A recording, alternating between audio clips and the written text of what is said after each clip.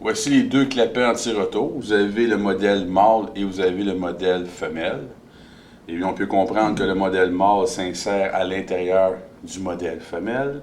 Au niveau du modèle mâle, eh bien, vous avez un ressort situé à l'intérieur, plus un clapet anti-roto à son extrémité. Une façon de le vérifier, c'est nécessairement pas avoir de pression, car avec la pression, celle-ci viendra s'appuyer sur l'arrière du clapet et vous aurez beaucoup de difficultés à venir appuyer dans le sens opposé. Alors, on s'assure que tout le système de l'unité hydraulique soit bien fermé et que la pression soit relâchée dans le système. Puis, on peut juste venir pousser afin de valider son fonctionnement. Alors, on va ressentir le ressort qui vient repousser le clapet vers le haut.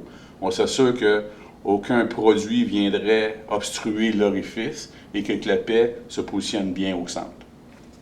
Pour le modèle femelle, eh bien là, c'est plus compliqué parce que le clapet est situé dans le fond, mais on a moyen de venir pousser dessus avec un outil de plastique de préférence pour venir endommager les pointes et de venir vérifier et jouer avec le ressort intérieur. Celui-ci est équipé d'une bague extérieure.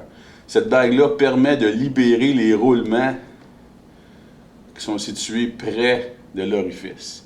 Ces roulements-là permettent l'insertion facile du mâle à l'intérieur de la femelle, mais aussi, lorsqu'il est relâché, de venir bloquer, donc de l'emprisonner autour de la bague extérieure du modèle mâle.